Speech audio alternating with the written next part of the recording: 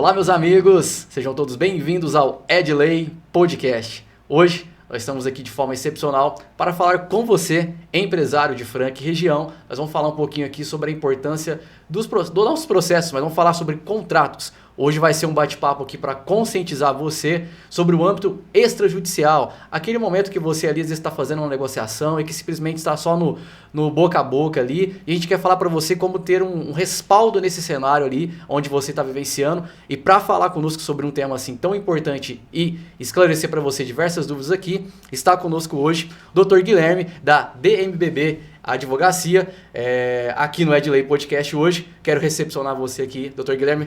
Obrigado por estar aqui conosco hoje no Edley e obrigado por atender o nosso convite. Josué, eu que agradeço, é uma honra estar aqui nesse podcast. Como eu disse para você anteriormente, acompanho, Sim. Estou assistindo, é muito legal, é muito inovador, contribui com os empresários aqui, né, da região, de Franca, do Brasil todo. Então, em nome do DMBB Advogados, meu muito obrigado pelo convite. Estamos aqui para bater esse papo. Vamos lá. O tempo é curto, mas a gente vai poder aqui abordar um assunto relevante. A gente vai falar um pouquinho, inclusive, como que é também a atuação, né, do escritório do DMBB nesse âmbito. Nós estamos falando aqui dos contratos, mas a gente está falando também da advocacia empresarial de uma forma geral, né? Inclusive, ficando aqui o convite para o meu amigo aí, o Dr.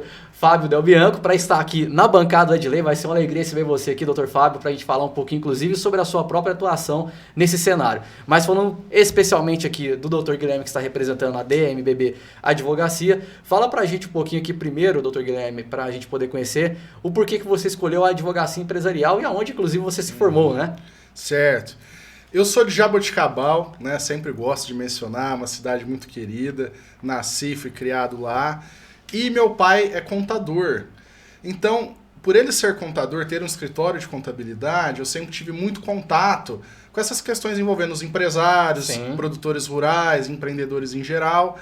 E tanto ali no âmbito profissional do meu pai, sempre gostei de estar presente no dia a dia do escritório, de estar acompanhando, quanto em relação às amizades dele, né? Jaboticabal é uma cidade pequena, bem menor aqui que Franca, aproximadamente 70 mil habitantes, todo mundo se conhece, aquela coisa de interior, de cidade pequena. Sim. Meu pai sempre teve muitos amigos, então, de diversas áreas. Amigos médicos, advogados, empresários, produtores rurais. Então, dentro desse contexto, que começou a surgir o meu interesse pelo direito, pela advocacia empresarial.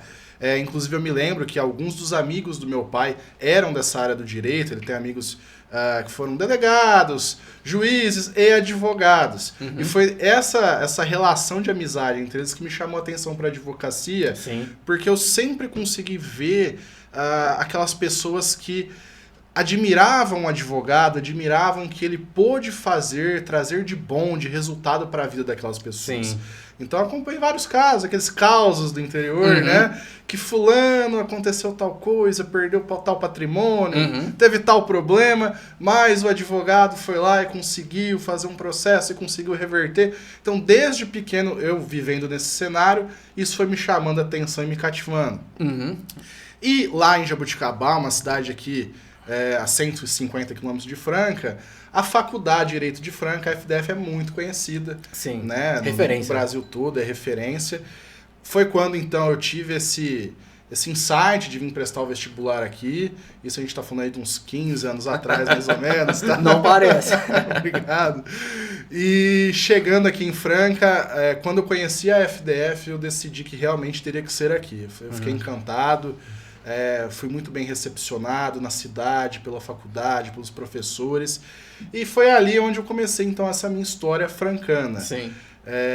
Tive a oportunidade de ter grandes mestres, né, grandes professores que são conhecidos e referências aqui em Franca. Sim. Dr. Zé Antônio Martos, Dr. João Carlos Bianco, Dr. Fábio Cantizani. E ali eu tive esse contato com grandes mestres da advocacia francana, mas como com juízes, promotores, procuradores. E foi onde começou esse meu interesse. Não, nem começou, né? Começou a ficar ali determinado para a área da advocacia. Então acabou que eu sempre pensei em fazer o direito para ser advogado. Eu nunca tive uma outra opção. Você sempre já visava o exercício pleno, né, da advocacia já. Porque quando você adentrou nesse universo, você viu realmente, não é mais aquele sonho, eu quero realmente agora ser o solucionador de problemas. Exato. E na faculdade eu consegui também aproveitar tudo que a faculdade tinha oferecer. Então eu fui do diretório acadêmico junto com o Fábio Del Bianco, com o Dr. Pedro Lemos, e uma galera ali da faculdade, Rafael Pustrello. E pude fazer iniciação científica, fui monitor de professores, consegui ali participar de alguns grupos de pesquisa, de extensão. Então, enquanto eu tive esse tempo um pouco mais livre antes de começar os estágios propriamente dito, eu aproveitei toda essa área da faculdade. E foi quando, então, eu iniciei o meu primeiro estágio jurídico mesmo, na Procuradoria-Geral do município de Franca. Então, foi lá na prefeitura, que apesar de ser um órgão público, eu fui para essa área da advocacia, né? Já que o procurador nada mais é do que um advogado público.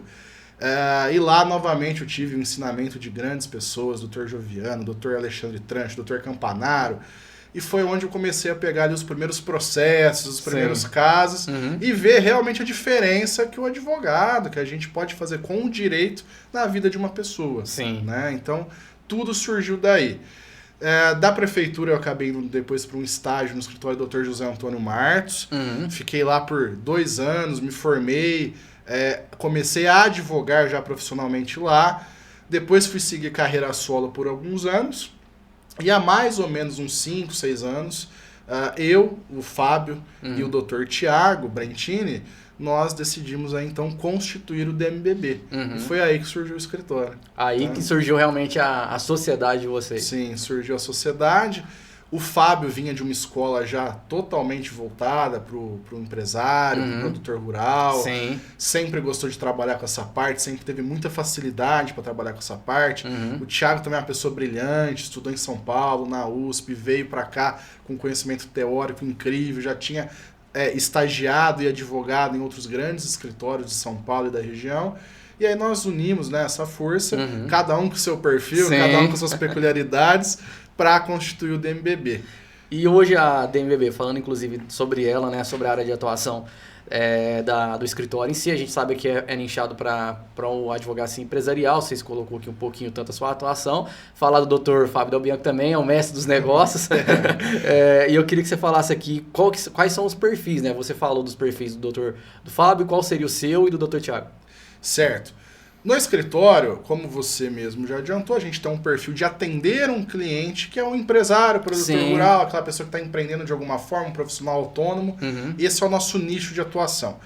E dentro desse nicho de atuação, nós conseguimos dividir o escritório internamente, organizá-lo internamente, justamente para focar em um serviço célere e eficaz para esse cliente. Então, e essa organização foi feita também aproveitando as características pessoais de cada um. Então, apenas para citar uma das organizações internas lá, o Dr. Fábio está à frente, né, dessa parte de gestão, de controladoria, de negociação. Normalmente, quando vai ter um grande caso a ser negociado, é ele que toma a frente, ele está por dentro de tudo que está acontecendo no escritório, de todas as estratégias, os casos. Eu sou o coordenador da área extrajudicial e o Dr. Tiago da área judicial. E por que dessa organização? Justamente para chegar nesse resultado efetivo, nesse resultado rápido.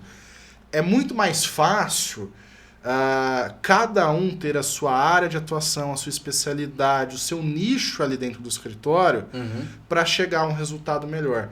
Imagine que com o número de clientes que nós temos hoje, que é um número alto, de casos, demandas das mais variadas possíveis, se cada um fosse ter ali que atuar em tudo, né? Fazer o trabalhista, fazer o tributário, fazer um contrato, uma área de atuação num processo judicial.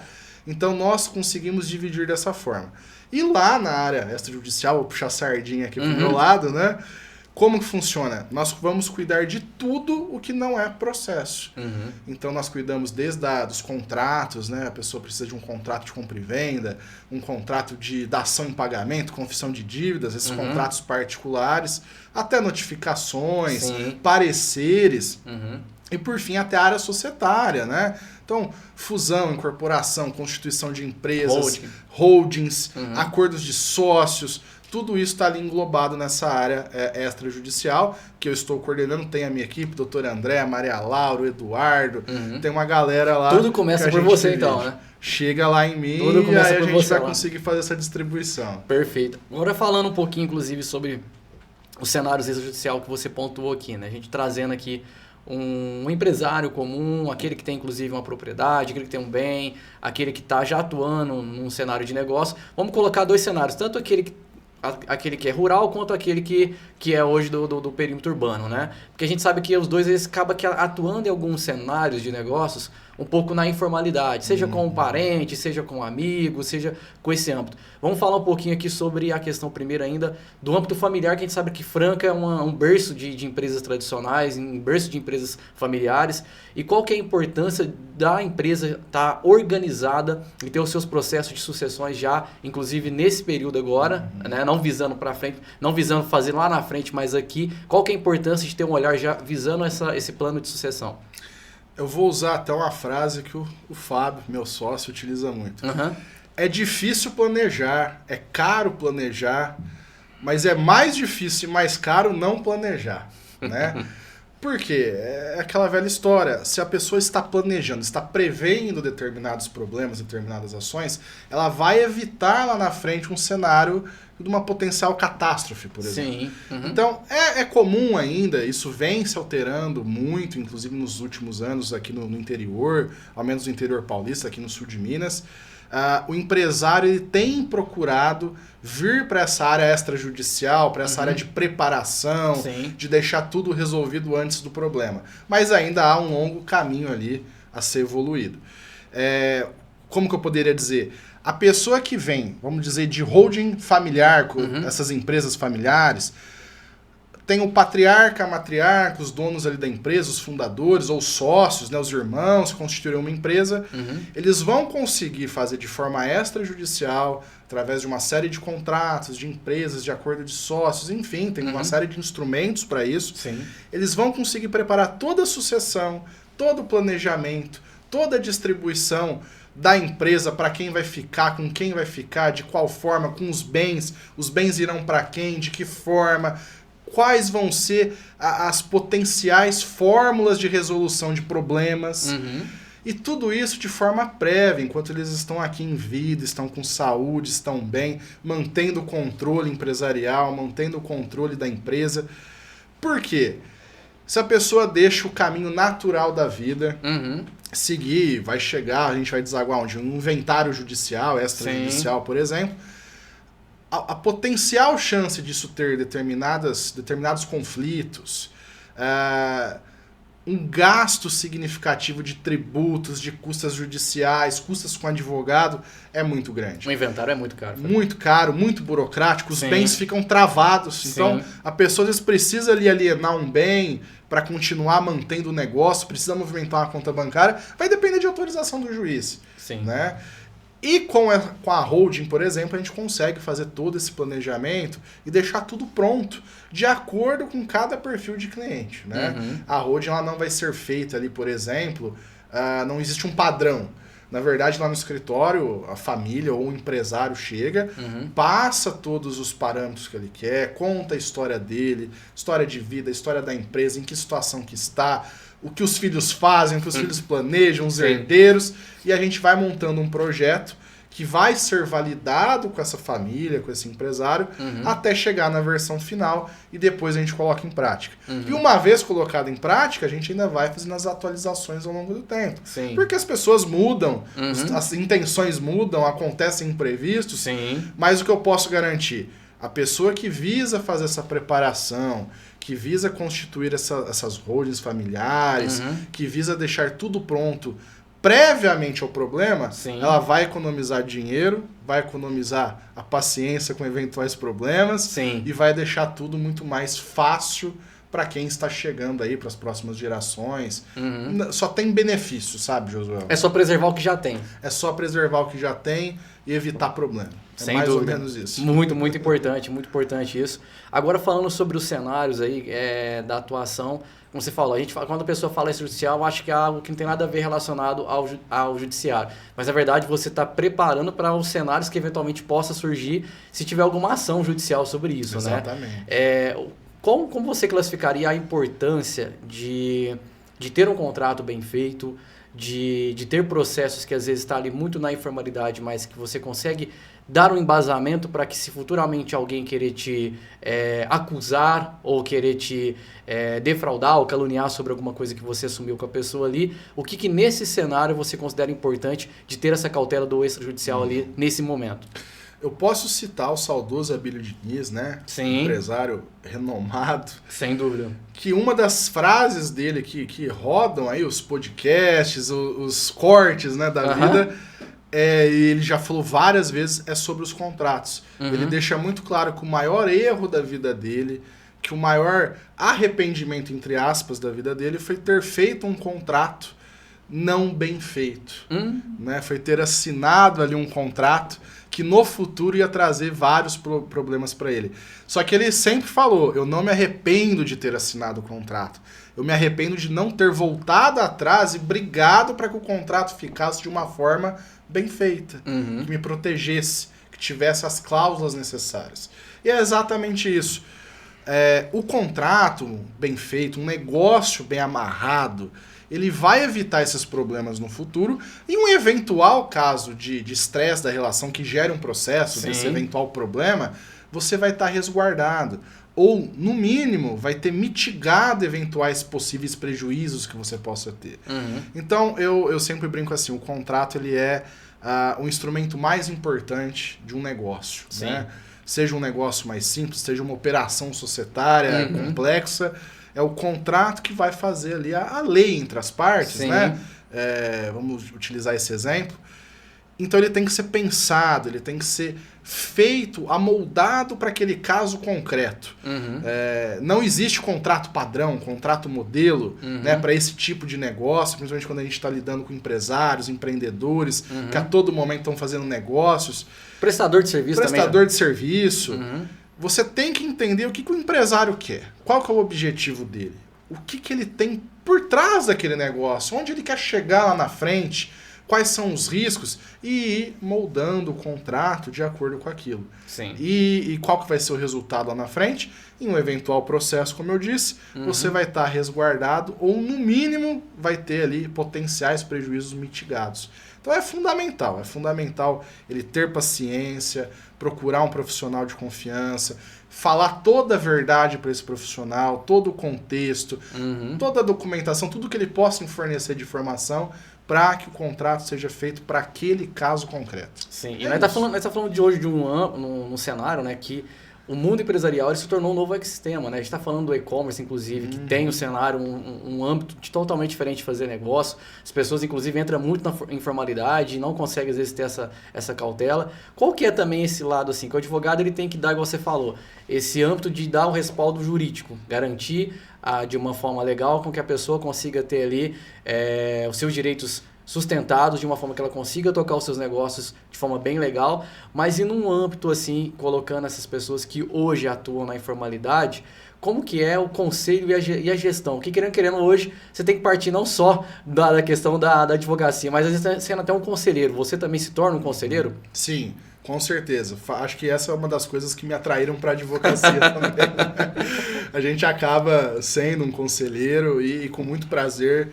Até porque a gente tem que ter esse lado pessoal. Sim. É uma questão de equilíbrio. Não adianta um advogado ser apenas técnico, ter o conhecimento. Sim. Mas se a hora que ele for conversar com um cliente, com um empresário, com um empreendedor, produtor rural, né, muitas vezes a gente pega um exemplo, um produtor rural que aparentemente tem um conhecimento técnico não tão aprofundado, mas você se engana. Ele sabe exatamente o que ele quer, da forma que ele quer, ele já vivenciou aquelas situações, só que você tem que ter esse lado de ouvir, de saber entender, de ter esse perfil social, digamos assim, né? Então eu acho que a advocacia ela vai equilibrar muito bem esses pontos do ser humano. Sim. A gente tem que ter o lado técnico, mas o lado ser humano, o lado de saber ouvir, saber entender, para saber qual o resultado que você vai ter que ter na técnica para atingir o objetivo daquele cliente. Sim. E como conselho, eu sempre recomendo que, por menor que seja o seu negócio, às vezes é um negócio informal, como você mencionou, mas peque pelo excesso, formalize, vá atrás de uma consultoria, de uma assessoria, porque isso vai prevenir os problemas futuros, né? Com certeza. A gente conversava até há pouco, antes do podcast, alguns empresários do interior têm o hábito de deixar para depois, deixar para formalizar depois. Lá na frente a gente vê, não vai ter problema algum, mas são nesses momentos que a gente menos espera que acontece algo. Né? Hora de ficar postergando o inevitável. Sim. E aí, o que você falou, fica caro, né? Aí fica caro. Como eles dizem, o barato sai caro. Mas pra gente amarrar aqui o assunto, que o bate-papo foi muito bom, bem fluido, queria que você deixasse um assunto aqui bem pro próximo, né? Qual que é a finalidade de uma holding? Qual que é exatamente a finalidade de ter uma holding? Às vezes o cara tem um monte de patrimônios, ele tem lá uma roça, ele tem hectares, ele tem carros, ele tem fazendas, ele tem tratores, tem maquinário, tem tudo isso, mas até agora, no momento, ele não formalizou nada daquilo, não criou nada para dar uma garantia para aquilo lá. Como juntar esse patrimônio? Qual que é a importância da holding, né? Entendi. Bom, quando a gente vai falar de holding, a gente vai voltar naquele... Um dos principais pontos, dos pilares dela, é a questão de organização e preparação. Igual eu disse, então a pessoa tem uma empresa, tem um patrimônio, ela já consegue deixar isso organizado. Mas principalmente, ela vai conseguir trazer alguns benefícios de potencial proteção patrimonial e não há nada de ilegal, de imoral nisso, ao contrário. A pessoa ela vai apenas separar a atividade dela comercial do patrimônio que ela possui. Né? E isso é importante que o empresário saiba, porque muitas vezes ele acaba confundindo. Sim. E utilizando, ele paga a conta da pessoa física na pessoa jurídica e vice-versa. Sim. E não deve se fazer isso. Então, primeiro passo, ele vai conseguir ali atingir uma proteção patrimonial, criando uma sociedade que vai ter uma personalidade jurídica própria, vai concentrar esses bens, esses imóveis, esses carros, esse dinheiro nessa sociedade. Vai ser a célula cofre dele, vamos dizer assim. E de outro lado, ele vai poder também planejar a sucessão. Então, como a gente falou, fez uma holding. Meu objetivo é planejar a sucessão para os meus filhos, para os meus herdeiros, para o meu sobrinho, para os meus sócios. Ele vai conseguir já deixar tudo isso encaminhado, continuar no controle de tudo, mas deixar encaminhado, para que se ele vier a faltar, por exemplo, não vai ser necessário um inventário, não vai ser necessário esse patrimônio ficar travado, já vai estar tudo muito bem desenhado, não vão ter brigas, porque já vai estar escrito, a gente costuma fazer lá um acordo de sócios cotistas, entre todo o grupo familiar, o grupo de empresários, já prevendo, tal bem vai para fulano, tal bem vai para ciclano, se for necessário vender, vai seguir tais regras, se for necessário fazer tal coisa, vai seguir tais regras. Então já está tudo definido, a família toda senta, entra em um acordo, assina, ponto final. Então, eu posso citar principalmente esses dois pilares, a proteção patrimonial, a facilidade da sucessão, e mencionando o primeiro que a gente falou anteriormente, a organização como um todo. Né? Então, a holding familiar hoje ela está muito em voga, muito fala-se disso, justamente por esses benefícios. E assegura muitos benefícios, né? Dá muitas garantias. Vai economizar, como a gente disse anteriormente, no inventário, nos impostos. Agora a reforma tributária está aí, né? Sim. O ITCMD teve alteração da Constituição. Os impactos já estão acontecendo. Estão acontecendo, então o pessoal está nessa correria, porque o ITCMD, que é o imposto de doação, de inventário, hoje é 4% em São Paulo, mas vai chegar até a 8%. Né? Em vários estados do Brasil vai acontecer isso. Hoje a gente vai ter a alíquota progressiva. Então, quanto maior o patrimônio da pessoa, mais ela vai pagar imposto, maior vai ser a alíquota. Então, a importância da holding hoje é essa, é você trazer esse profissionalismo para o empresário, para o grupo familiar, para o patrimônio, é saber dividir, organizar tudo, para que se chegue a um objetivo, né, de um cenário calmo, tranquilo. E o bom é que o próprio empresário vai conseguir ter uma ótica muito mais aqui do todo, né? Ele não vai precisar olhar para um ângulo geral, ele vai olhar para cá e vai ver tudo aqui realmente. Deixa de ter aquela confusão, né? Deixa de ter aquela confusão, ele vai conseguir realmente fazer isso. Essa é a minha empresa, essa é a sociedade que tem o meu patrimônio, esse é o acordo familiar, é justamente isso. Organiza mesmo. Gente, esse é o Dr. Guilherme Zocalouro, aqui no Edley Podcast, representando aqui hoje a DMBB Advocacia Empresarial no Edley Podcast. Só quero agradecer você, Dr. Guilherme, pela sua participação brilhante aqui, deixando inclusive o convite aí para o Dr. Fábio Del Bianco para estar aqui no Edley Podcast para a gente falar um pouquinho também sobre as suas atuações aí no âmbito empresarial. Tem muito assunto para falar com ele também, com certeza, mas agradeço você pela contribuição aqui hoje no Edley, Dr. Guilherme. Eu que agradeço, Josué, agradeço também o convite de vocês, toda a equipe aqui que me recebeu muito bem. Tenho certeza que se o Fábio vier vai ser muito bom. Com certeza. E um abraço a todo mundo, obrigado pelo convite novamente. Eu que agradeço. A gente agradece você também que esteve nos acompanhando aí no Edley Podcast. Posteriormente, também não deixa de seguir lá o Instagram do portal Notícias de Franca. Vai estar saindo também alguns trechos, alguns cortes selecionados aqui desse bate-papo. Também lá no Instagram da OAB, que é parceiro aqui do Edley Podcast, nessa edição especial para você aí sobre os processos extrajudiciais. Aqui no Edley Podcast, a gente fica por aqui e agradecemos você pela sua companhia.